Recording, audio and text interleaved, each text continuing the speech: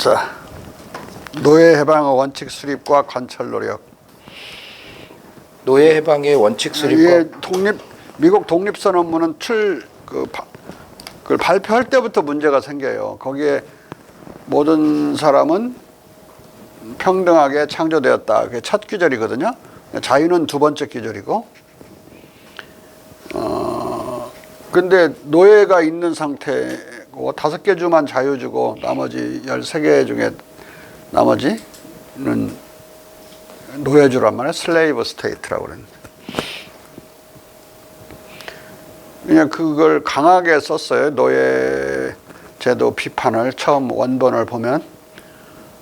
그렇게 되면 이제 노예를 보유한 주가 독립전쟁에서 다 이탈해버리면 이제 독립전쟁 아예 승리는 멀어지니까 싹 지워. 그냥 왕창 드러내버려.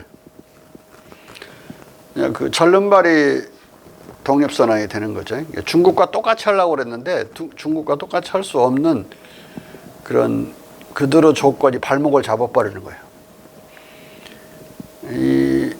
그렇지만 이제 과제로 남았으니까 끊임없이 문제를 제기하는데 벤저민 프랭클린은 이제 그런 의미에서 계속 문제 제기를 하는 거죠. 아니, 프랭클린은 그런 의미에서 이제 열심히 독립하고 나와서도 노력을 하고 투쟁을 해요. 관철이 안 되고 1860년대 이제 또 할 수 없이 내전으로 이제 들어가게 되는 거죠. 자, 이 사람이 정치력을 발휘하고 있었던 필라델피아는 자유주였다. 노예가 없는 자유주였어요. 자. 노예 해방의 원칙 수립과 관철 노력. 1644년 전후 명말 청초의 중국에서는 노비만이 아니라 명대의 전호, 소작으로서 토지긴박 상태로 전락했거나 양자 양녀로 개인 집에 묶인 유사노비조차도 혁명적 밀란을 통해 모두 해방되었다. 강희제, 옹정제 등 청대 중국 황제들은 18세기 초에 이 유사노비제의 폐지 또는 불허를 법률로 못 박았다. 1681년 강희제는 지주들이 토지를 사고 팔 때 전호, 소작인들을 토지에 딸려 보내는 것을 금하고 토지 매매 시 전호들이 제 갈 길을 선택하도록 해야 한다는 안휘성 지방관의 상소문을 비준함으로써 유사노비제 폐지를 법제화한 것이다. 원래는 이 전호들, 소작인들이 땅을 주인이 팔아버리는 경우 새 주인이 자기들을 농사를 못 짓게 만들 것 같은 위험을 막으려고 처음에는 권리로 달라고 요구를 해요. 우리가 그 농사를 계속할 수 있는 걸. 나중에 권리가 나중에는 의무로 변하는데 땅 팔 때 거기 딸려서 먹고 사는 사람도 같이 팔려가 버리는 시기. 그러면서 이제 유사 노예 로비화 되는 거예요. 이 역사 속에서는 권리가 의무가 되고 의무가 권리가 되고 막 뒤집히는 경우가 수도 없이 많아요. 가령 이제 원래 전체 인류는 대부분 이제 모계 사회였잖아요. 여성 중심, 어머니 중심의 지도 체제를 가지고 있었는데 환경 변화, 경제적인 환경 변화로 인하여 생산 형태가 바뀌니까 그 이전에는 수렵 채집 시대에는 채집을 하는 여성 쪽에서 훨씬 더 안정적으로 식량 공급을 할 수가 있었어요. 그건 채집하는 거니까. 근데 남자들은 사냥을 해야 되는데 사냥감이 있어야 하지. 있으면 또 뭐해? 만나야 하지. 만나면 뭐해? 잘 쏘아서 잡아야 되지. 이게 잘 잡기가 힘들었어요. 그러니까 굶을 때는 가서 여성들한테 종속돼서 빌어먹는 이런 게 계속 반복되니까 모계사회로 굳어졌는데 상황 변화가 뭐가 왔냐면 사냥을 하다 보니까 가끔 새끼들을 발견하는 경우가 많다고. 이제 막 태어난 새끼들 그것들을 갖다 기르기 시작해요. 기르면서 최초의 목축 형태들이 나타나는 거거든요. 그러면서 이제 중요한 변화가 두 가지가 일어나는데 하나는 남자들의 재산이 늘어나기 시작한다. 동물 보유의 재산이. 옛날에는 화살이나 화살촉 이런 거 정도밖에 소유 품목이 없었는데 이제 새로운 그런 동물 가축이 생겨난 거죠. 새끼를 계속 낳게 만들면서 두 번째 중요한 사실을 알게 되는 게 남성도 뭔가 자손을 번식시키는 데 역할을 한다는 사실을 알아요. 그 이전엔 여성들은 아주 신비로운 수태 능력에서 자손이 생겨나는 걸로 알았거든. 근데 그런 사실을, 그런 지식, 성적 생식 지식을 알게 되면서 그걸 남자가 먼저 써먹는 게 아니라 프리드리히 엥겔스의 설명에 따라 지금 여기서 설명하는 거예요. 여성들이 먼저 써먹어요. 왜냐하면 그 재산이 욕심나니까 남자들이 가지고 있는 재산, 옛날에는 남자가 장가 올 때 그 친정으로 남자가 죽으면 화살촉이나 뭐 입던 옷 그냥 보내버렸는데 뭐 볼 것도 없으니까 이게 막 100마리, 200마리 이게 양떼를 그냥 그 친정으로 보내버린다는 게 너무 아깝잖아요. 그러니까 그 지식을 이용해서, 생식 지식을 이용해서 이 자식도 그 남자의 자식이다. 내 자식만이 아니라. 그러니까 그 재산은 이 자식에게 상속돼야 된다. 주장을 해서 전 세계적으로 여성들이 그 권리 주장에 성공해요. 전 세계적으로 성공해. 모계 사회는 특별히 남자들이 할 역할이 거의 없는 지역이나 아주 점점이 남아있는 상황이 되고, 일반적으로 남자들이 그렇게 사냥, 수렵, 전쟁을 하게 되는 지역에서는 이제 그 재산이 남자 쪽에 많이 이동했고, 또 이제 자식도 이제 자기가 기여를 한다는 사실이 알려지면서 여성의 권리로 쟁취되었던 그게 당연히 이제 여성들이 그 재산을 많이 만드는 남자에게 종속돼야 된다는 의무로 바뀌어버려요. 권리가 의무로. 모계 사회가 무너지고 전반적으로 부계 사회로 바뀌어간다. 그 주장 하나로. 대단히 중요한 전 세계적으로 관철된 혁명이에요. 근데 아까 수렵을 하지 않고 어획을 하는 데가 있어요. 그런 중국에도 큰 호수 근처에 있는 묘족이나 이런 경우는 어획은 여자들이 더 잘하는가 보더라고. 그물 치고 뭐 그래서 그런 건지 낚시질로 잡는 게 아니라 대부분 그물로 잡던데, 여성들이 어획을 하러 나가고 남자들은 육지에서 기다려 그냥. 그리고 짐 내려야 될 때 짐 내리고 완전 머슴 노릇이나 하고. 그리고 모계사회야. 남자가 해야 될 역할이 별로 없어요. 그리고 전쟁을 해야 될 일도 없는 대단히 평화로운 그런 골짜기들에서 살고 있는 사람들이. 예외적으로 남아있는 경우, 모계사회가 그런 경우를 제외하고는 전반적으로 바뀌면서, 두 번째 이제 농업사회로 가서는 완전히 부계사회로, 가부장사회로 정착하게 돼요. 이유는 그런 목축사회보다는 이동이 덜 하고 그러기 때문에 좀 더 안정되고 부드러운 가부장제로 바뀌어요. 그 부드러운 가부장제 하에서 공자 철학이 발생하거든요. 농업노동에는 근력을 요구하지 그렇게 활 쏘고 창 쓰고 막 그런 남자들의 능력을 요구하는 게 아니거든요. 남자들의 이제 억센 근력을 요구하기 때문에 또 농사를 지으려면 좀 더 케어풀해야 되잖아요. 좀 우악스러서는 우악스럽게 하면 피도 뽑고 벼도 뽑고 다 뽑아버려. 안 되니까 아주 면밀히 보고 아주 정성스럽게 농사는 지어야 되는 그런 거죠. 오늘날도 대토지로 대규모 농사를 짓는 그런 미국 같은 나라들의 생산성이 네덜란드의 생산성에 5분의 4에도 못 미쳐요. 막 대규모로 짓는 건 정성이 좀 없어서 많이 망가진다고. 채소도 많이 망가지고 이 나락이나 뭐 이런 거 옥수수도 알도 많이 빠져버리는 거야 그냥. 응? 근데 네덜란드식은 대단히 원예적인 농법이라서 대단히 정성스럽게 하고, 그렇게 대규모가 아니라 대단히 기계화되어 있대, 패밀리 단위로 되어 있다고. 가족농이야 기본적으로. 그러니까 많아야 4명, 아들, 며느리, 시어머니, 시아버지가 농사를 짓는 거고, 근데 대단히 과학화되어 있죠. 미국은 뭐 그 카우보이 옛날부터 고용해서 하듯이 그런 임금 노동자들을 쓰는 거니까 뭐 지금은 또 더 많이 바뀌었겠지만 드론들이 등장하면서요. 드론으로 씨도 뿌리고 드론으로 새도 쫓고 드론으로 농약을 치면 아주 좋아요. 옛날 그냥 농약 우리가 사람이 뿌릴 때는 많이 중독돼서 죽기도 하고 막 그랬잖아. 바람이 막 방향이 바뀌면 죽을 수 있는 거라고.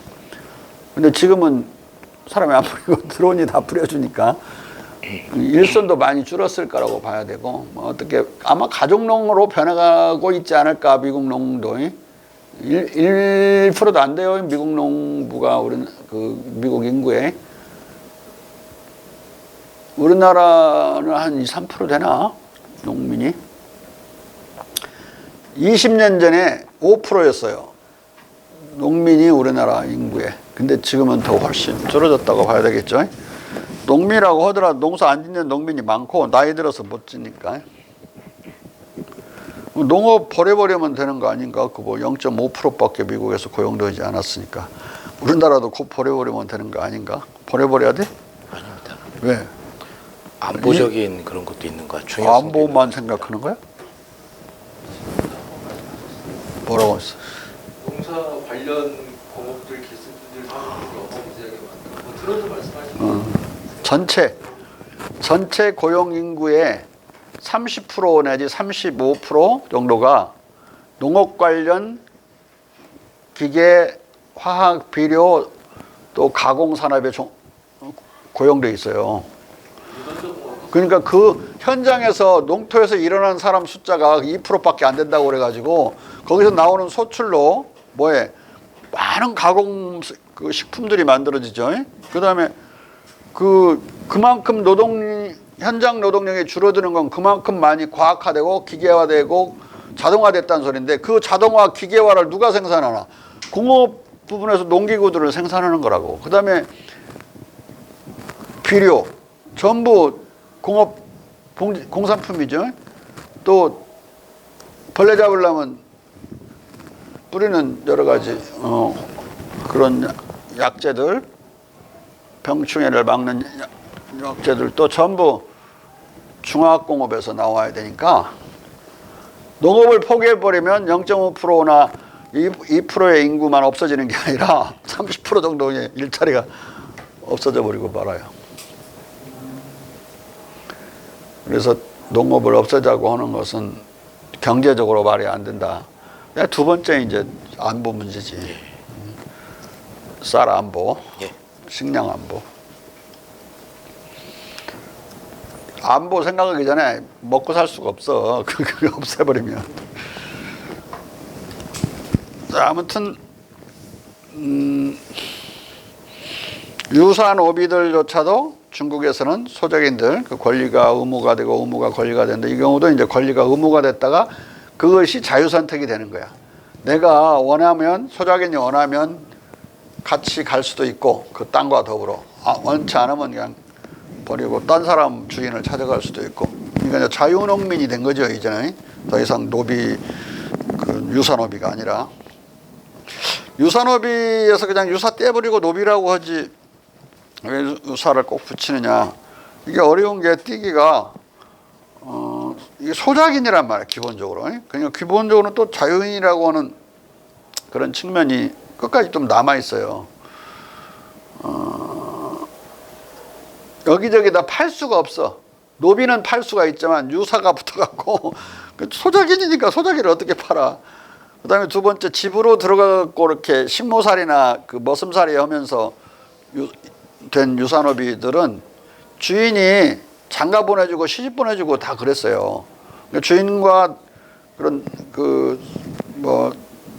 아들 관계나 딸 며느리 관계를 맺고 있기 때문에 또 그 집 아들처럼 또 대하고 그들 아들을 장가 보내듯이 그보다 조금 못한 단계에서 재산을 태워주고 이런 의무가 남아 있었기 때문에 단순히 그 말로만 유사가 붙은 게 아니라 진짜로 아들과 유사하게 하고 있기 때문에 완전 노비라고는 할 수 없었다. 그리고 본인이 유사노비로 팔려왔더라도, 그래서 그 집에 뭐 소위 며느리로 들어왔다 할지라도 이름이 며느리지 그게 며느리 아니야. 그냥 며느리로 들어왔다 할지라도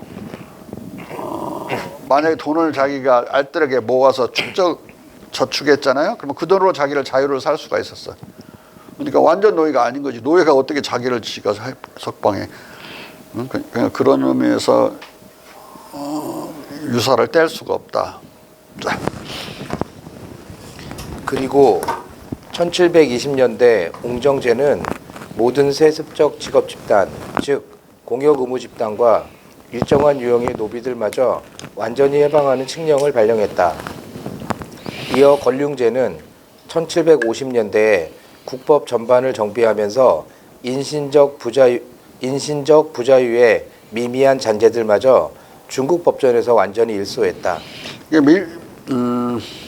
그 잔재가 어떤 거냐면 그 고용주하고 임금 노동자하고 이렇게 있으면 임금 노동자가 한 대 때리고 주인이 한 대 때리고 피장파적으로 때리고 맞았어. 근데 나중에 처벌할 때는 주인은 빠따 한 10대만 때리고 이놈은 2배 때리는 20대. 이게 불평등하게 처벌되는 약간 신분적인 요소가 임금 노동자 세계에서도 있기 때문에 그런 까지 싹 털어내버렸다는 소리야. 다 똑같이 10대 때리면 똑같이 10대 맞는 거고 열을 살면 똑같이 열을 살고. 자. 권륭제는 이 전반적 법률 정비 조치로서 1681년과 1720년 해방령 이래의 정치 현실, 즉 귀족도 없고 노비도 없는 완전한 탈신분적 평등사회를 법적으로 확실히 한 것이다. 그리하여 17세기 말과 18세기 초에 전 세계에서 유일하게 그리고 인류 역사상 최초로 중국은 귀족도 노비도 없는 나라가 되었다. 중국을 제외하고 당시 전 세계, 특히 유럽은 귀족제와 봉건적 예농하인제도 또는 18, 19세기 독일의 경우 60여 종에 달하는 각 지방의 머슴, 하인, 하녀, 장정 그리고 이에 대한 대신대 오르도농이라고 그래서 그냥 법이었어요. 그러니까 그냥 유사노비가 아니라 그냥 노비제도지, 노비제도. 60여 종이라는 건 각 지방마다 조금씩 그 법률들이 달라서 60여 종. 자. 그리고 이에 대한 식민지적 등가물인 노예제를 마치 무슨 신성한 법제라도 되는 양 고소하고 있었다.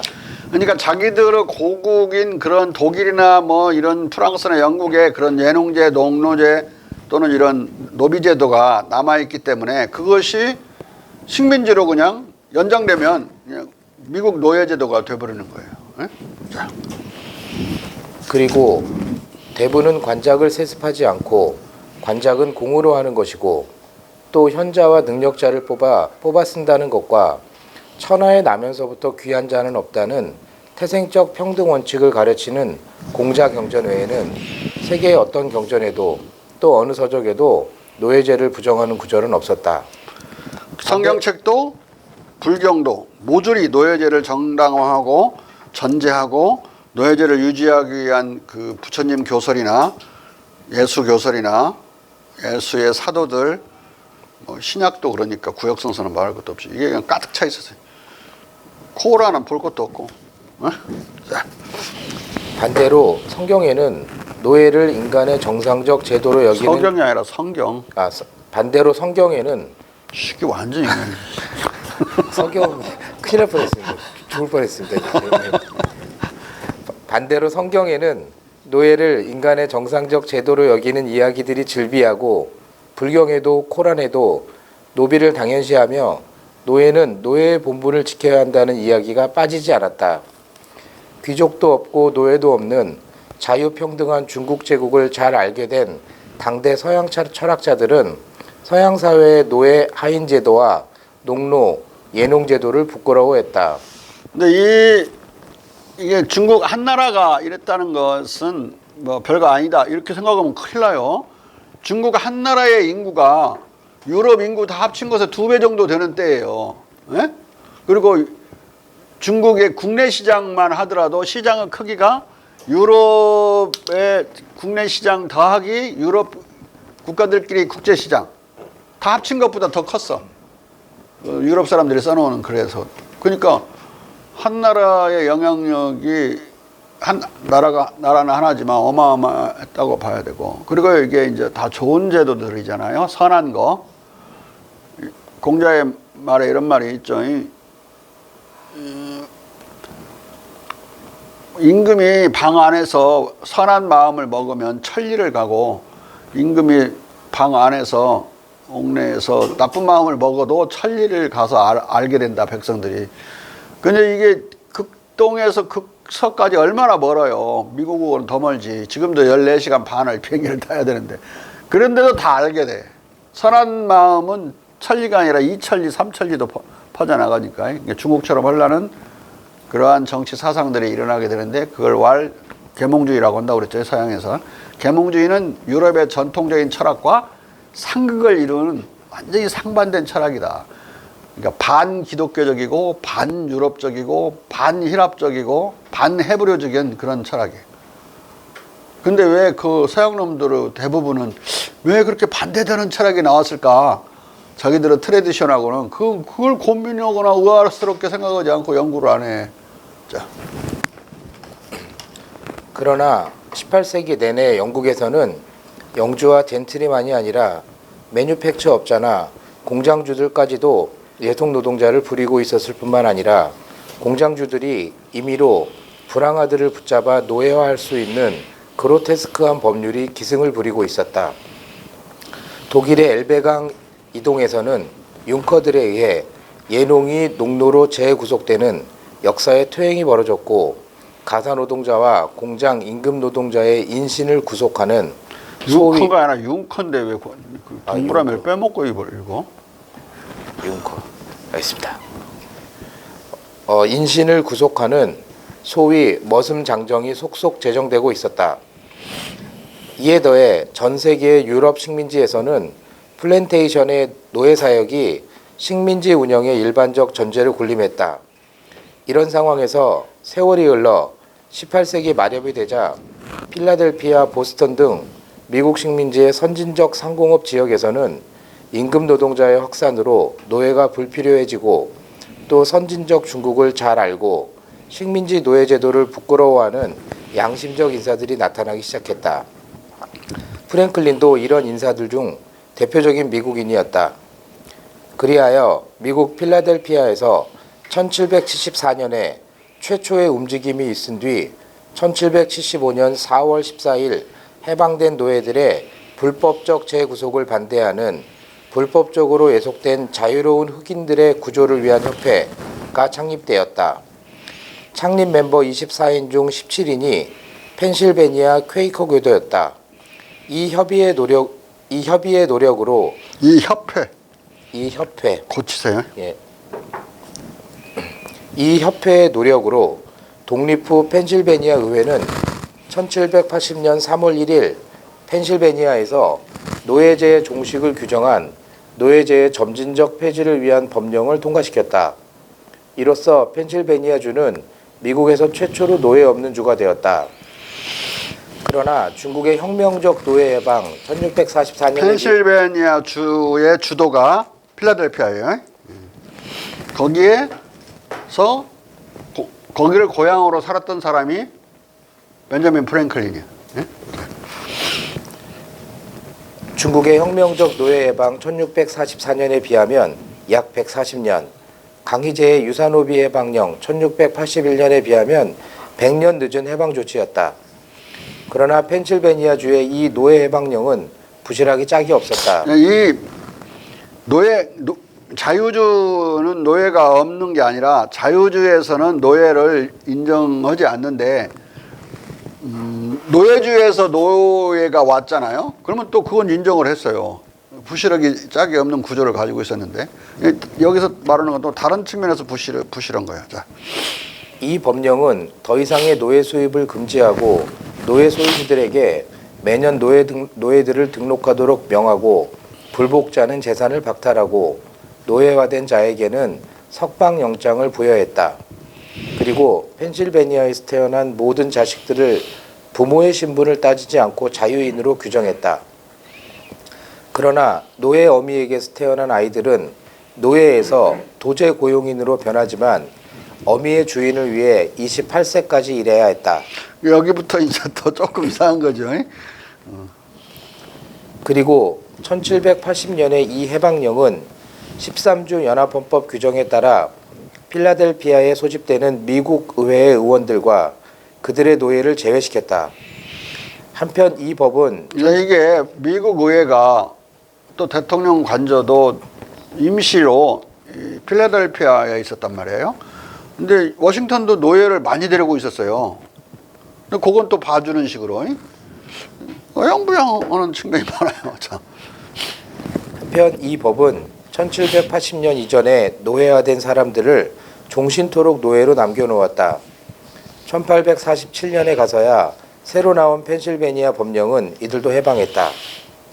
펜실베니아의 1784년 법령은 그래도 이후 북부 여러 주들이 채택하는 노예 해방령의 모델이 되었다.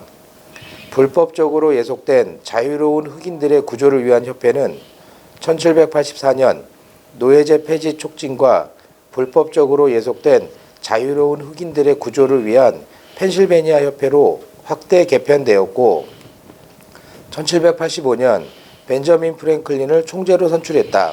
자, 여기서 앞에 불법적으로 예속된 요 말이 좀 문제가 많은 거예요. 예속된 모든 그 노예가 아니고 불법적으로 예속된 경우만 해당되는 거니까 합법적으로 예속된 경우, 대대로 예속된 경우 이건 완전히 그냥 노예로 놔두는. 자. 1789년에 법인으로 등록된 이 협회는 펜실베니아 노예제 폐지 협회로 더 잘 알려졌다. 이 협회의 규정은 공간되어 판매되었는데 그 표지에 마태복음 7장 12절 무엇이든 남에게 대접을 받고자 하는 대로 너희도 남을 대접하라. 이것이 율법이요 선지자니라는 예수의 말씀을 내걸었다. 여기 이 성경 구절 이것이 율법이요 여기까지 말이 돼요. 뒤에 선지자라고 돼 있어. 사람이라고. 선지자의 말씀이니라가 아니라 이거 고치면 안 돼요. 원문이 이렇게 돼 있다고. 네? 자. 그러나 예수의 이 말씀은 당시 무릇 인자는 자기가 서고 싶으면 남을 세워주고 자기가 달하고 싶으면 남을 달하게 해준다는 공자의 어록과 같은 말로 가장 많이 거론되던 성경 구절이었다. 연방 우체 총장직과 인디언 협상 대표직을 마지막 임무로 하여 모든 공직에서 물러나 고향으로 돌아온 프랭클린은 노예 해방의 원칙을 수립하고 이를 관철시키려는 노력을 생애 마지막 과업으로 추진한다. 펜실베니아 노예제 폐지협회의 간부들은 프랭클린, 공자 철학을 나름대로 잘 알던 벤저민 러시와 텐치 콕스 서기, 제임스 스타 재정, 제임스 펜버턴 부총재, 조나단 펜로우즈 부총재, 그 외 4명의 협의위원, 12명의 선출위원회, 6명의 집행위원회로 구성되었다. 협회 규약의 전문은 이렇게 선언하고 있다. 하나의 혈육으로 인간의 모든 자식들을 만드는 것이 세계의 창조를 기쁘게 했으므로 피부색, 상황, 종교, 다른 사회 상태에 의해 아무리 다양화되었을지라도 동일한 가족의 일원으로서 각기 다른 사람의 행복을 협의하고 촉진하는 것은 그들에게 마땅하다. 그들의 능력 안에 있는 수단들을 사용해 자유의 축복을 인류의 모든 부분에 확장하는 것은 더 많이 특별하게 인간 본성의 권리를 자기들을 위해 주장하기로 공언하고 기독교의 책무를 승인하는 저 사람들의 의무다. 미국의 법률과 헌법에 의해 자유의 자격이 부여받았으나 사기나 폭력에 의해 예속 상태에 붙들려 있는 그들의 동료 피조물들에게 그 축복을 확대하는 것은 더 특별한 방식으로 의무다. 이 원칙의 진리성과 의무에 대한 완전한 확신으로부터 노예제의 불행과 악덕이 어디에 존재하든 이 원칙들을 확산시키려는 욕망으로부터 그리고 인류의 아버지의 호의와 후원에 대한 황공한 확신 속에서 서명자들은 펜실베니아 노예제 폐지협회의 명칭 아래 연합했다. 협회는 노예 해방을 인간 본성적, 기독교적, 헌법적 의무로 선언하고 있다. 프랭클린에게 노예제 문제를 1787년에 재헌의회에 상정하도록 요청했다. 그리고 1788년 3월 29일 펜실베니아 의회는 아기가 노예로 태어나도록 임신 중의 여성 노예를 주 바깥으로 수송하는 것과 남편을 아내로부터 그리고 자식을 부모로부터 분리시키는 것을 금하고 노예 자식의 탄생 후 6개월 이내에 등록하도록 하는 수정 법률을 제정했다. 이 수정 법률은 또한 모든 펜실베니아 주민들이 노예 무역에 참여하고 노예 무역을 위한 선박을 건조하거나 설비하고 노예 무역에 물질적 지원을 제공하는 것을 금했다. 그리고 펜실베니아를 방문하는 비거주 노예주들에게 최장 6개월까지 노예를 보유하는 것을 허용했던 1780년 법률의 허점을 없앴다. 비거주 노예주들은 6개월 데드라인 전에 그의 노예를 펜실베니아로부터 데리고 나가 그의 노예의 거주 제한 기간을 주기적으로 무효화해 편법으로 주 내에서 노예를 사역시켰다. 그러니까 대통령 관저에서 쓰는 노예들을 6개월 쓰고 6개월 되기 하루 전날 다른 주로 갔다가 다시 들어와. 그러면 이제 거기서 또 6개월 카운트 하잖아. 이런 요령을 피워대니까 아예 그냥 없애버린 거야, 그걸. 그리고 그 뒤에 어떻게 했냐, 워싱턴은. 법을 깔아본 게 그 불법적으로 계속 썼어요. 근데 아무도 말을 못해서 대통령이라. 자. 1788년 수정법률은 주 내와 주 외의 노예 순환을 금지시킨 것이다. 펜실베니아주의 이 수정 입법 후에 벤저민 프랭클린은 1787년 노예제 문제를 재헌의회에 상정해달라는 협회의 요청을 실현시키기 위해 1789년 11월 9일 먼저 펜실베니아 노예 폐지협회로부터 공중에 대한 제언을 통해 미국의 전체 공중에게 노예제 폐지를 제안하며 모금운동을 개시했다. 자기를 왕으로 모시고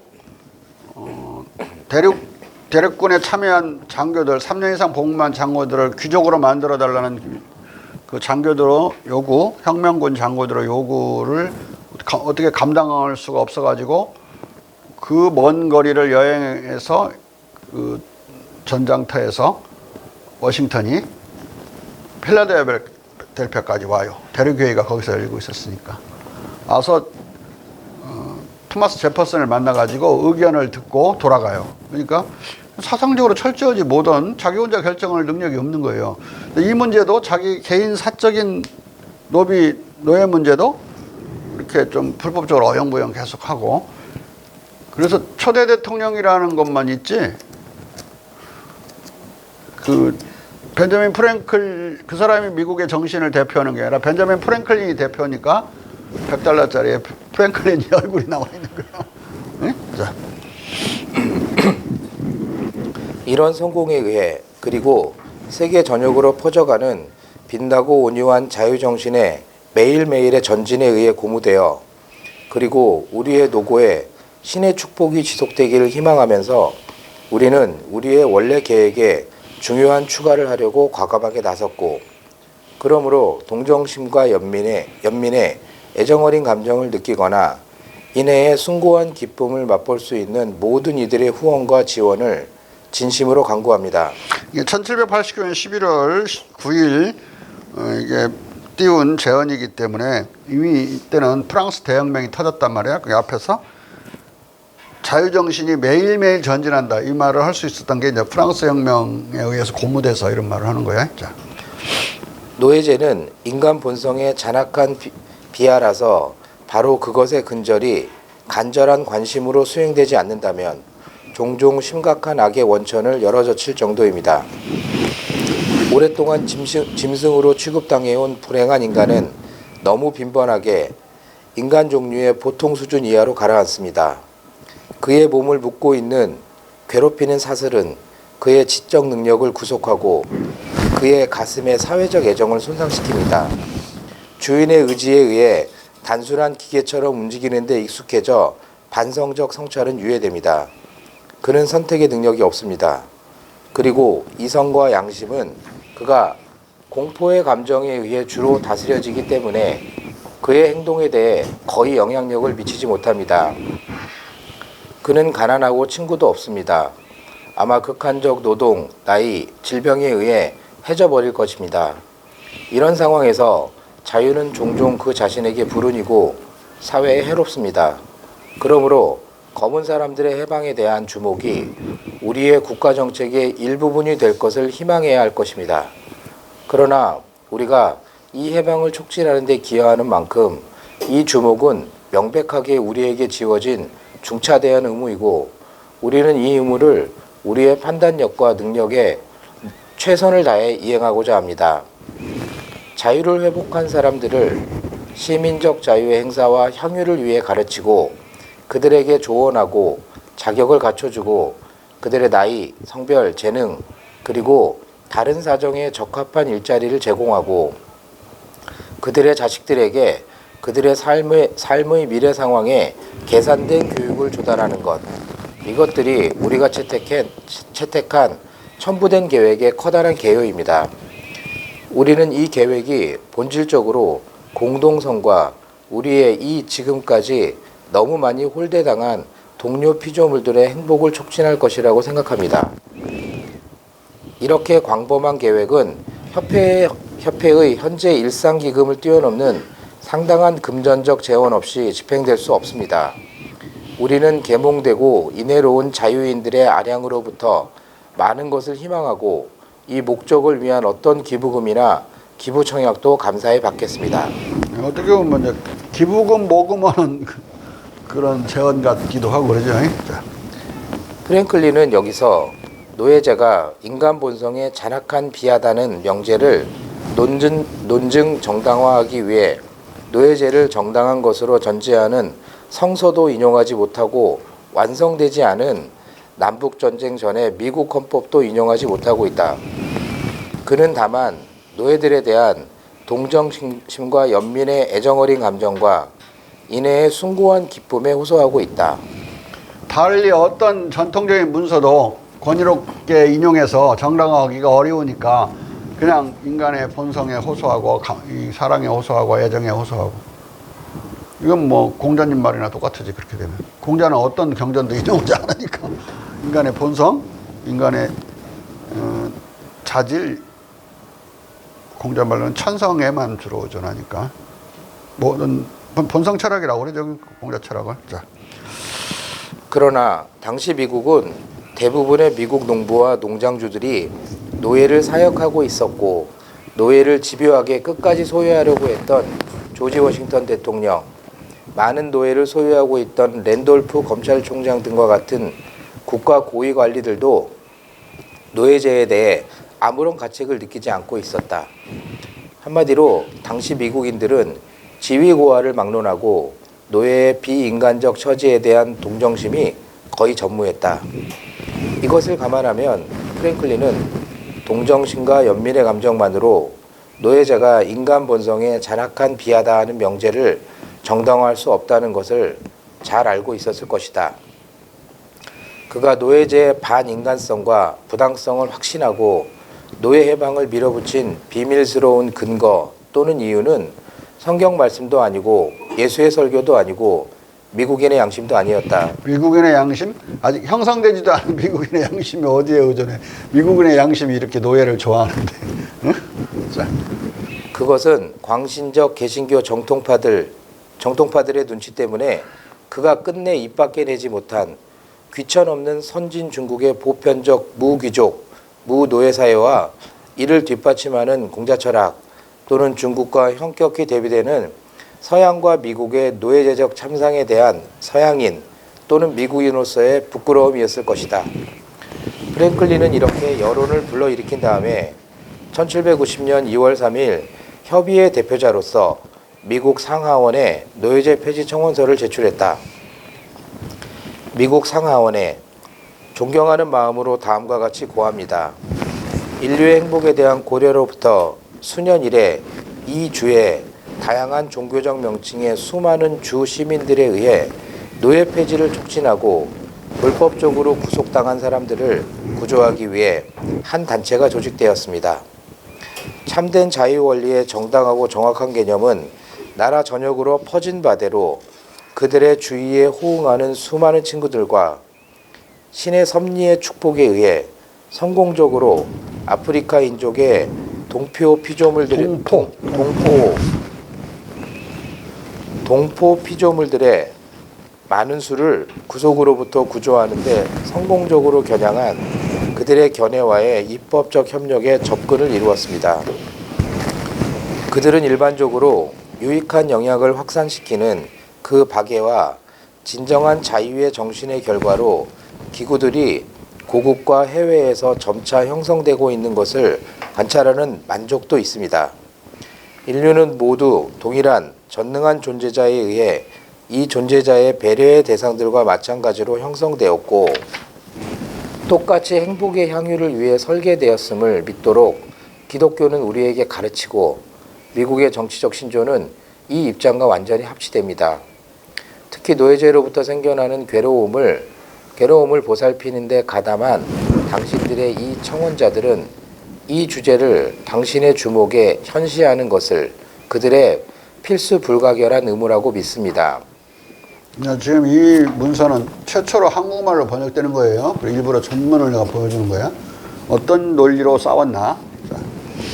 청원자들은 커다란 만족감으로 미국의 인민에게 복지를 촉진하고 자유의 축복을 보장하기 위한 많은 중요하고 이로운 권한이 당신들에게 부여된 것을 주시었습니다. 상하원 당신들에게 있다는 거. 그리고 청원자들은 이 축복이 피부색의 구별 없이 모든 부류의 인민들에게 정당하게 관리되어야 한다고 생각하는 만큼 자기들의 불행한 근심 대상들을 구조하기 위해 할 수 있는 어떤 것도 빠뜨려지거나 지체되지 않을 것이라는 즐거운 예상에 빠져 있습니다. 동등한 자유가 원래 정당한 몫이었고 그것은 여전히 만인의 생득권이고 인간의 강한 유대와 그들의 제도의 원칙들에 영향받은 것이라는 확신으로부터 청원자들은 노예제의 착고를 느슨하게 하고 자유의 축복의 일반적 향유를 촉진하려는 모든 정당한 노력을 해야 한다고 생각합니다. 이런 인상 속에서 청원자들은 노예제의 주제에 대한 당신들의 진정한 주목을 진심으로 간청합니다.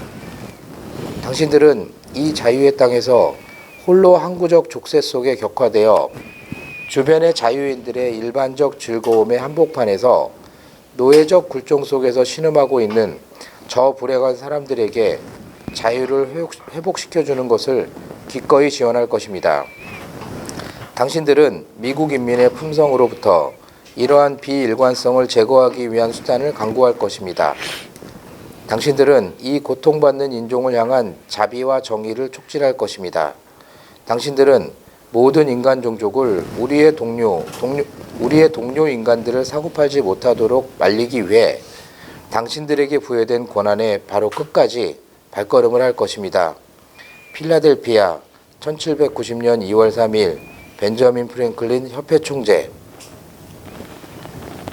필라델피아는 펜실베니아의 주도이자 10년 동안 미국의 임시 수도였다. 1790년에도 이곳은 아직 수도였고 미국 헌법하에 중앙정부의 세 부문, 의회, 최고법원, 대통령과 행정부가 이곳에 있었다. 나중에서 이제 워싱턴 DC를 잘라내가지고 아주 완전히 네모졌거든요. 다이아몬드식으로. 메릴랜드 주의 땅을 딱 잘라갖고 그냥 잣대 대고 거기를 이제 수도를 정할 때까지는 임시 수도로 필라델피아가 역할을 했다. 예? 딱 그러니까 붙어 있는 거지 메릴랜드하고 워싱턴 DC는. 예? 자.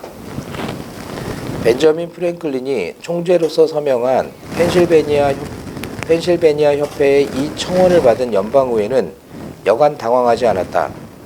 일단 펜실베니아 노예 예방 법령을 모든 연방 관리에게 확대할지 말지를 두고 논란이 일었다. 검찰총장 랜돌프는 주법을 오독해서 자기의 개인 노예들을 다 잃었다. 사석에서 워싱턴 대통령은 필라델피아에 그가 주재하게 된 것이 이 도시가 임시 수도로 지정된 결과일 뿐이라고 하면서 그는 버지니아의 시민으로 남아있을 것이고 그곳의 노예제법을 따를 것이라고 주장했다. 이 버지니아주는 워싱턴의 고향이기도 하고 또 토마스 제퍼슨의 고향이기도 하고 랜돌프의 고향이기도 하고 상당히 유력한 사람들의 고향인데 노예주였어요. 노예도 그냥 늦게 해방되고 남군 북군 싸울 때 버지니아는 남군에 가담했고 그 버지니아 출신이 장군 리야. 응? 이 토마스 제퍼슨의 고향이 이 모양이고 대통령의 고향이 이 모양이니까 그 메릴랜드주가 딱 붙어 있는 그 땅을 4개를 잘라가지고 4군데 다이아몬드를 한 거 거기에 워싱턴의 생가가 거기 있어요. 거기 계속 살았는지는 몰라도 태어나서 안 되는 거기라서 워싱턴 DC에 가면은 관광지처럼 워싱턴 생가를 안내해 주지. 뭐 초라한 데인데 워싱턴 주는 또 따로 있는 거 알지? 네, 시애틀. 시애틀에 따로 있는 거. 한동안 많은데. 자. 하지만 펜실베니아에서 6개월 이상 머물지 않으려고 신경 썼다. 소송으로 그와 다른 연방 관리들의 법적 지위를 해명할 수 있었지만 이러면 이것이 오히려 대통령 저택의 노예 보유 사실에 노예제 반대단체들의 주목을 집중시키고 노예를 다 잃을 위험에 빠질 수도 있었다. 그래서 그는 랜돌프의 조언에 따라 1788년 수정법률을 알면서도 거듭 위반하는 길을 택했다. 그러니까 뭐라고 법으로 막 다투고 그렇게 하면 소문나고 시끄러워지고 막 대통령실에 노예를 갖고 있다니 뭐 다 알려지고 그러면 노예 반대자들은 와서 데모하고 막 그렇게 하냐? 그러니까 피해서 그냥 아예 법을 계속 어기는 게 낫다. 조용히 어기자. 자. 네. 펜실베니아 협회도 당분간 대통령의 불법 행위를 눈감아줄 수밖에 없었다. 근데 정반대로 이제 가는 사람은 토마스 제퍼슨이야. 자기 고향이 노예주니까 노예를 자기도 가지고 있고 근데 거기서 하여간 자기 죽은 마누라의 아버지가 흑인 사이에 난 여자 흑인이 있었는데 그 흑인을 평생 자기 애첩으로 데리고 다녀요. 근데 아주 은폐해가지고 그래갖고 파리 대사를 나갈 때도 데리고 가고 근데 거기 자식이 5명이 태어났어요. 근데 나중에 죽으면서는 자식들의 재산도 물론 태워줬지만 자기 이름을 쓸 수 있도록 다 해놓고 죽어요. 근데 그걸 비밀스럽게 했기 때문에 오늘날사 연구를 통해서 밝혀진 사실이지. 그러니까 워싱턴하고는 또 다른 의미에서 정반대인데 흑인도 여성처럼 보통 백인 여성처럼 자기가 존중해서 데리고 살았다는 측면에서는 근데 또 달리 보면 그 사람이 남긴 거 보면은 하여간 머리는 어떤 식으로든 흑인이 백인보다 못하다. 에? 그런 글을 수차례 남겨놨어요. 나중에 토마스 제퍼슨 다룰 때 이제 보면 알게 되는데 흑인이 백인보다 머리가 나쁜가? IQ가 낮은가? 가이아나 이런 데는 막 60 그래요. IQ가. 네? 이상문 박사. 흑인이 IQ가 낮아? 뭘로 반증해? 어?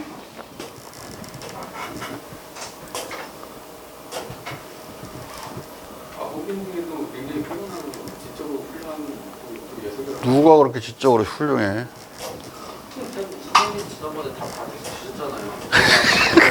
그 영화에서 수학 풀어낸 그 흑인 여자들 우주 가는 우주.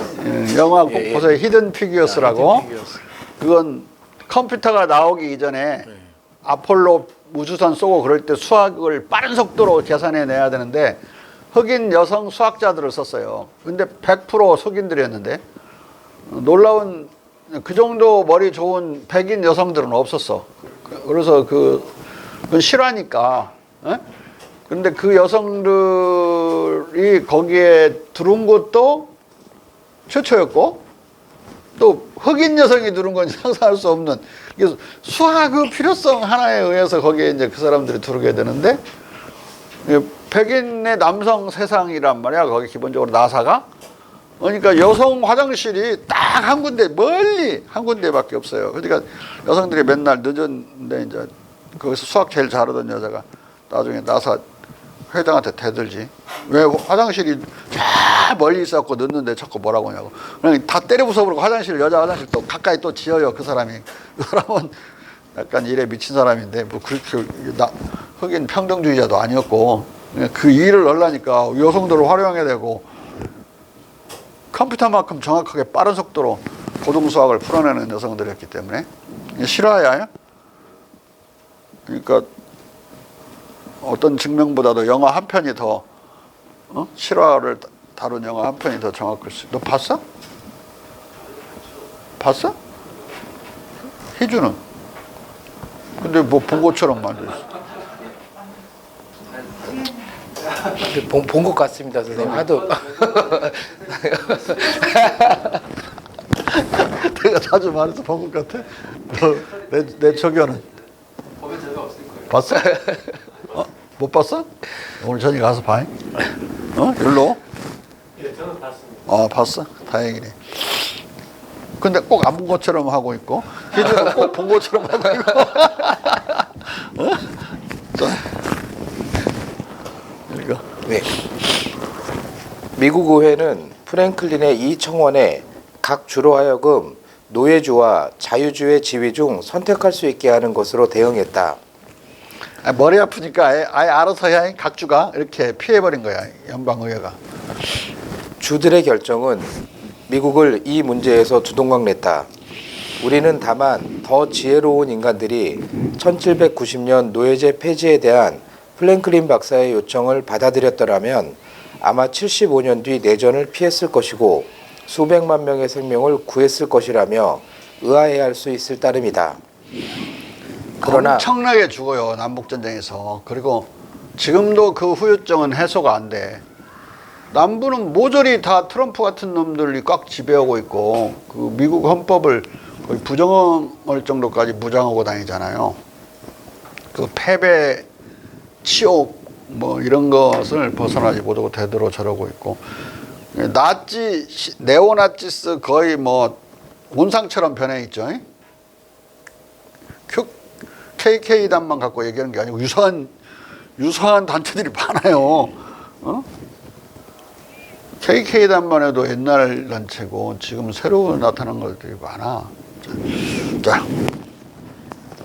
그러나 펜실베니아 자유주의자들과 프랭클린의 노예제 폐지 운동은 계속 퍼져나가 전국으로 확산되었고 당시의 영국 런던에서도 노예제 폐지 운동에 불을 지폈으며 영국의 식민지들은 모조리 노예 제도를 채택하고 있었기 때문에 거기에도 불이 지펴진 거야.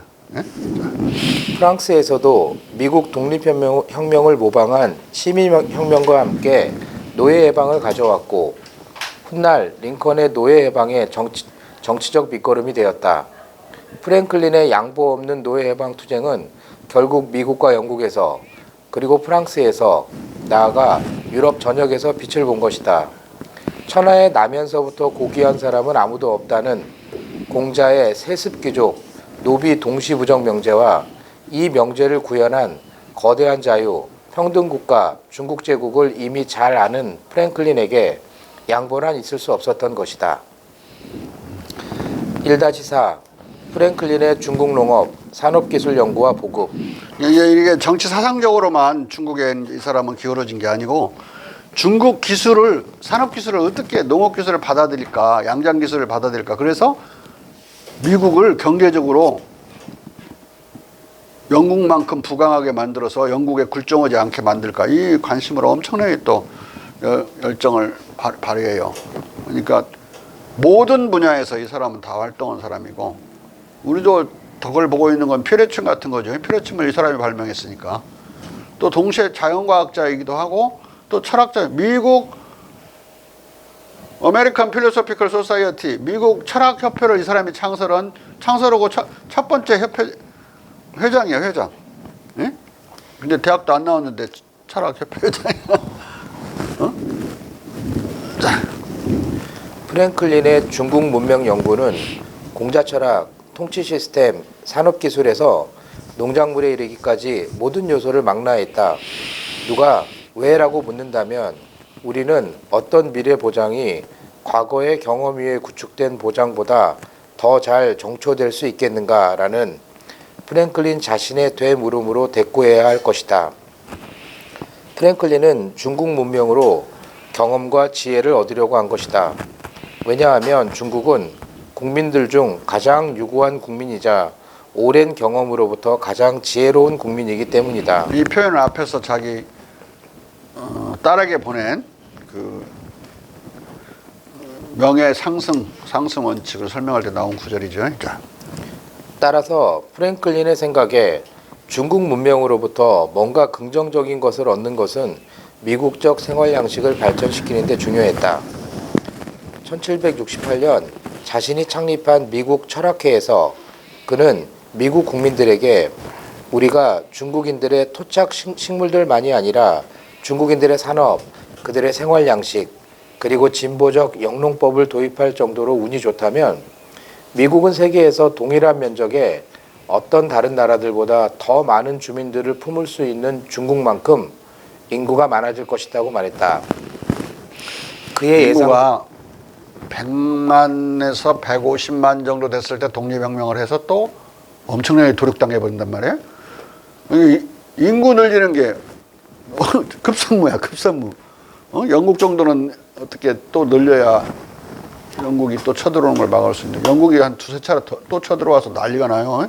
영국 전쟁도 나고 그 국회 도서관이 다 불타버리고 1880년경 자, 1780년경 그의 예상대로 프랭클린의 중국 문명 연구는 그의 시대에 미국의 발전에 직접적 충격을 가했다. 프랭클린의 중국 식물 도입. 프랭클린 시대 내내 그리고 그 이후에도 100여 년간 미국은 농업사회였다. 농업은 식민지 경제의 토대였고 독립국가 미국의 경제 기반이었다. 농업은 노동력의 90%를 고용했고 식민지의 부의 대부분을 담당했다. 이주민들은 90%가 농민이었는데 지금은 1%도 안 되는 사람이 농민이니까 상전벽해가 난 거죠. 자. 이주민들은 북미의 발전을 촉진하기 위해 다른 나라들로부터 식물들을 얻어오려고 노력했다. 중국은 새로운 식물들의 풍부한 원천으로 여겨졌고 앞서 시사했듯이 식물학적, 동물학적 원더랜드로 간주되었다. 식민지 이주민들은 중국 식물과 중국 농작물들을 북미로 이식하기 위해 많은 노력을 기울였다. 그들은 유럽에 알려져 있지 않은 많은 귀중한 나무들이 북위 40도의 중국 북부지방에서 겨울 날씨가 북미 식민지보다 더 혹독하게 추울지라도 잘 자라고 있고 따라서 북미 식민지에서도 잘 번성할 수 있다는 것을 알았었다. 왜냐면 위도가 같으니까 갖고 오면 잘할 것이다. 근데 중국으로부터 이런 사상적이고 정치적이고 제도적이고 이런 기술적이고 농업적인 이런 측면에서 엄청난 혜택을 입은 미국이 이렇게 지금 중국에 대해서 적대하는 것에 대해서 의아해할 수가 있는데 내가 볼 때는 하나도 의아해할 필요 없다고 생각해요. 지금 중국이 못된 짓을 많이 하고 있는데 그것은 중국의 전통적인 그런 대외 행태는 아니거든요. 유교 철학적인 것도 아니고 완전히 공산당 깡패 같은 짓인데 미국도 그 공산당이 지배하기 때문에 새로 적대를 다시 새롭게 한 거죠. 그 이전에 주거 장막을 쳤을 때도 적대를 했지만 닉슨 이후에는 다시 또 그들과 이제 설린을 했는데 계속 힘이 약할 때는 괜찮은데 힘이 엄청 중국이 세지니까 전 세계를 향해서 거의 뭐 깡패짓을 하는 시기죠. 그리고 하는 짓도 좀 이상해요. 미국 코앞에 있는 나라들한테 가서 막 원조를 해버리는 거야. 그러면 자기 앞마당으로 생각했던 미국의 앞마당이 친중국화되고 막 사회주의 혼란이 막 일어나고 사회주의 대통령들이 막 탄생하고 중남미에서도 그리고 이 동북아에서도 대단히 질서를 어지럽히는 질서 안정자라고는 볼 수 없어요. 현재 어지럽히는 거고 버마 같은 그 반민주 독재 군사 독재 세력이 대단히 뿌리가 깊은데 걔네들은 군대가 거기 재벌 산업들 버마 미얀마에 재벌이 있다면 그 재벌 산업을 전부 군부가 장악하고 있다고. 군부가 세금으로 군대가 유지되는 것은 조금밖에 안 되고 그들이 운영하는 그 기업들로부터 나오는 이윤으로 군대가 유지되는 거니까 이 군대에 들어간 녀석들은 국민과 완전히 유리돼 버린 거지. 그 먹고 사는 원천이나 이런 게 다르니까.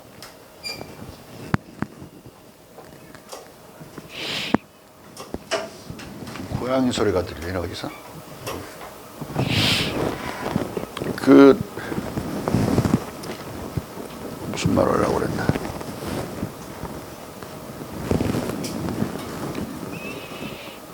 중국이라는 나라에 대해서 그런 이중적인 감정을 세계인들이 가질 수밖에 없는 것은 전통적인 중국과 공산당 중국이 너무 괴리를 일으키기 때문에 그렇다.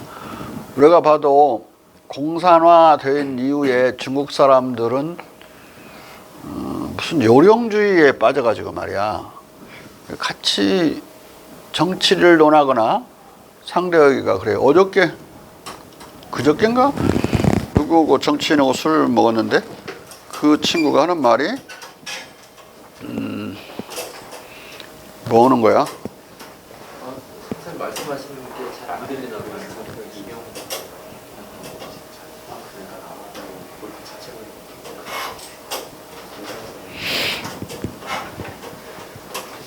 이경 시기가 자꾸 말을 두 번이나 끊었어 지금.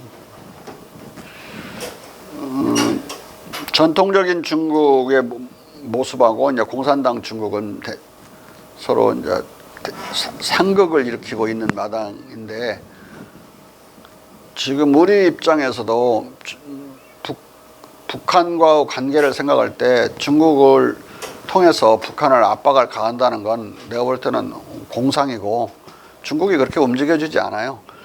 남한 사람 만나면 자기들도 북한 미흡다고 막 그래요. 그런데 난 거짓말이라고 봐요. 남한 사람한테 하는 소리야. 북한 사람한테는 그런 말 절대 안 하지. 그저께 본 그 정치인은 저기 보수당 당대표도 한 사람인데 중국 놈한테 이렇게 물었다는 거야. 왜 당신들은 상해사변이나 남경 대학살 이런 걸 그렇게까지 겪고 또 우리가 반일적인 외교를 할 때 너희들은 우리 편을 안 들고 뭐 멀뚱멀뚱 쳐다보고 있냐. 여기 대사한테 그렇게 물었대야. 그때 그 자식이 한다는 소리가 대뜸 어제요 적은 오늘은 적이 아닙니다. 그래서 그러면은 역사가 없고 과거가 그걸 어떻게 이해해야 되냐고 나한테 묻더라고. 그래서 내가 그게 중국의 전통적인 생각도 아니고 무슨 뭐 대단히 그것은 처세술이 능한 것 같은 소리를 하고 있는데 그게 바로 공산당의 요령주의라고. 자기들의 궁극 목적, 자기들이 세계를 장악하거나 뭐 공산혁명을 위해서는 나머지는 무슨 짓을 해도 상관이 없다는, 그러니까 과거의 지들의 왼수국가도 그냥 아닌 것처럼 그렇게 대하는 태도인데 그것은 원칙이 없는 대단히 위험한 외교고 원칙이 없는 대단히 위험한 정치다. 그따위 식으로 국민을 가르치면 지금 저런 현재 중국인들밖에 시민의식이 없는 중국인들밖에 안 되는 거라고 막 받아 쓰던데 그걸 요령주의라고 그러는데 목적을 위해서는 수단과 방법을 가리지 않는 걸 부드럽게 표현하면 요령주의라고 그런다고. 그런 태도로 우리를 대하니까 우리가 중국을 믿질 못하는 거. 우리도 요령주의로 대할 게 아니야. 우리 만나서는 막 그냥 북에 대해서 새끼들 어쩌고 저쩌고 막 욕해요. 근데 믿을 수가 없어. 그냥 요령으로 하는 말이니까. 그건 왜 생기느냐? 전술적인 목적과 전략적인 목적을 동일시해버리기 때문에, 혼동을 뿐만 아니라 동일시해버리기 때문에 생기는 것이다. 북을 우리가 상대할 때 북한 체제를 우리가 받아들이거나 용납할 수 없는 건 전략적인 관점에서 분명한 것이다. 그런데 지금 그래도 북한하고 교류 협력을 해야 되는데 전술적으로는 그들과 전략적인 차원에서의 그들의 의미를 우리가 잊지 않지만 그걸 내세울 필요는 없잖아요. 지금 당면 과제를 풀어나갈 때는 전술적으로 대해야 되니까.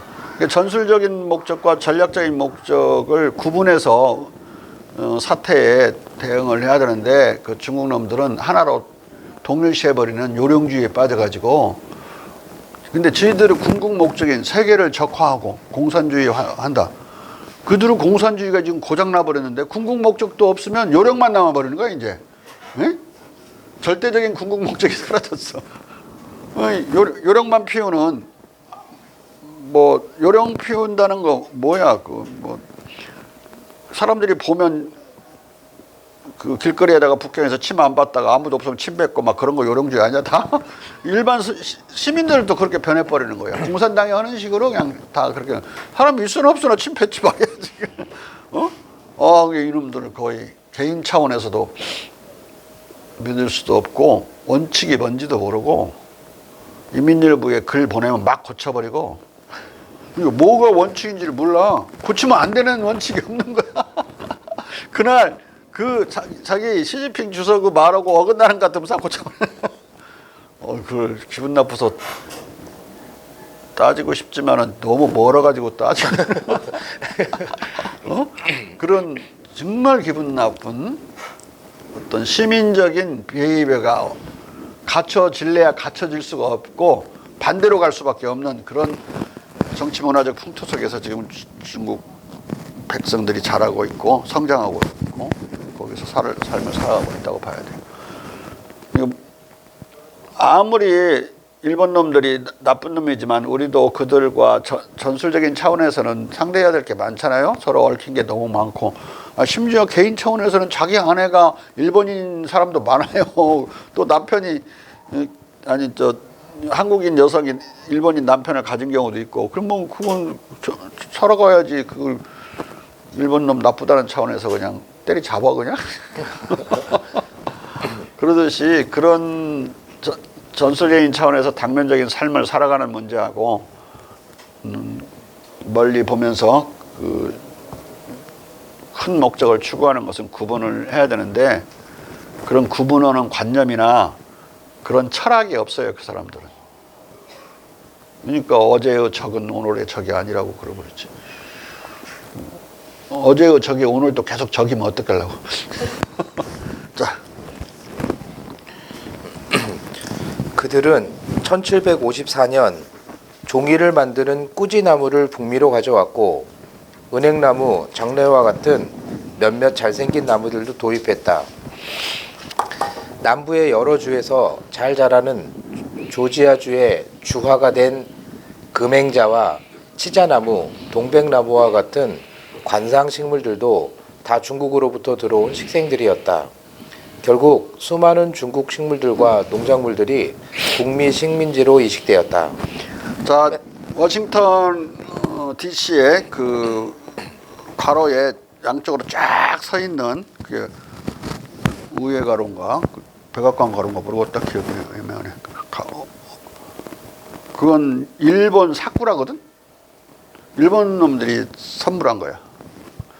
근데 일본 사쿠라는 제주도 왕벚나무야. 원산이 제주도야, 원산이. 근데 일본 놈들은 그게 지지를 건지 알아. 국화니까. 근데 미국 놈들은 여기 들어와 있는 이런 거 이제 금행자나 치자나무 그게 다 지 건지 알아. 중국 사람들은 되게 웃기는 거라고. 자, 프랭클린은 농업과 영농에 대해 아주 폭넓은 관심을 보여주었다. 그는 중국으로부터 다양한 식물들을 도입했다. 그는 1743년 5월 14일 공고한 아메리카의 영국 플랜테이션들 간의 유용한 지식의 진흥을 위한 제안에서 그는 다음과 같이 말한다. 의견 교환의 주제들은 모든 새로 발견된 식물들, 허브들, 나무들, 뿌리들, 그리고 그것들의 효험, 유용성, 번식하고 유용하지만 몇몇 플랜테이션들의 특수한 것을 보다 일반적으로 만드는 방법이다. 사이다, 와인 등 야채 주스의 개량, 그리고 질병을 치료하거나 예방하는 새로운 방법, 재분기, 수레 등과 같이 노동을 절약하는, 그리고 물을 끌어올리고 전달하고 초지를 배수하는 새로운 기계 발명들, 그리고 제한되거나 생각될 수 있는 모든 새로운 기술들, 교역, 제조업들, 유용한 동물의 종자를 개량하고 다른 종자들을 외국으로부터 들여오는 새로운 방법, 식목, 조원, 토지계 간의 새로운 개선점. 프랭클린은 젊은 시절에 이 아메리카의 영국 플랜테이션들 간의 유용한 지식의 진흥을 위한 제안의 취지를 잊지 않고 1765년 잉글랜드에서 중국 대두를 발견하고 같은 해에 북미의 식물학자 존 바트램에게 이 대두를 보냈다. 그 흰 콩 있죠? 매주 만드는 거? 그걸 대두라고 그래. 콩나물도 기르고 매주도 만들고 하는 거. 실제로 먹으면 맛없어. 밥에다 넣어 먹는 거 아니야 이건. 그것만 가지고 가공을 해야지. 안 그러면 맛이 없어. 그리고 1772년에는 런던에서 북미로 중국의 대황의 씨앗을 보냈다. 그는 이 씨앗이 기후가 중국 만리장성의 기후와 같은 우리나라에서 잘 번창할 것이고 만리장성이 없더라도 풍요롭게 그리고 최고 품질로 자랄 것이라고 확신했다. 프랭클린은 씨앗을 보내는 것으로 만족하지 않았다. 그는 씨앗의 경작에 관심이 있었다. 1772년 10월 프랭클린은 식물학자 존 바트램에게 나는 내가 파종하고 분배한 대황을 보살피기를 희망한다고 말했다. 그리고 대황 뿌리가 쓰이려면 7년 이전에 힘과 효험의 완벽화에 미치지 못한다는 것을 기억하라고 하면서 스코틀랜드 대왕을 시험한 여기 의사들은 그것을 아주 인정하고 그것이 가장 좋은 수입품 대왕과 완전히 대등하다고 말했다. 스코틀랜드에서 중국 대왕을 심어갖고 완전히 성공한 거지. 중국과 같은 수준의 품질의 대왕이 나온 거예요. 진짜. 그리고 플랭클린은 1772년 10월 바트램과 윈벌리 존스에게 런던에서 가장 유용한 식물인 중국 조구나무 씨앗을 보냈다. 이 조구나무는 남부지역 전역에 널리 확산되었다. 프랭클린은 모든 중국 농작물과 식물들을 북미로 이식시켜 북미의 식생을 변화시켜 독립국가 미국의 경제적 토대를 만들었다. 프랭클린은 근데 이게 첫 번째 북미와 남미에 있는 모든 식생 구조는 전부 유럽식으로 바뀌었어요. 그리고 자그마한 새에서부터 들쥐까지도 전부 이제 유럽 것이 옮겨졌는데 그 루트는 당시는 이제 말을 타고 다녔기 때문에 또 그들 또 소고기를 먹어야 되니까 유럽의 소를 가져다가 이제 방목을 해버리거든요. 기를 인력은 없으니까 그냥 방목하고 말을 가져왔는데 그 소와 말의 똥에서 유럽 식물들의 씨앗이 뭐 광범위하게 번져요. 근데 이게 유럽 식물들이 일반적으로 우생학적으로 우세했어요. 그러니까 그 북미와 남미에 있는 풀들이 다 소멸해버리고 유럽 식생으로 다 바뀌어갔어요. 그리고 동물들도 이제 그런 식으로 배에 엄청 쥐 많잖아. 쥐가 나와가지고 퍼져나가고 고양이도 퍼져나가고 들고양이 되고 막 그러면서 이제 북미와 남미의 고유한 그런 동식물들이 많이 줄어들고 유럽처럼 식생이 바뀌어요. 파우나가. 그러니까 유럽 쪽으로 상당히 변한 상황에서 또 인위적으로 막 중국 걸 갖다 놓았으니까 지금은 북미와 남미의 오리지널 식생이 얼마나 남아있겠어요? 많이 줄어들어서 이제 조금 남아있는. 그런데 이제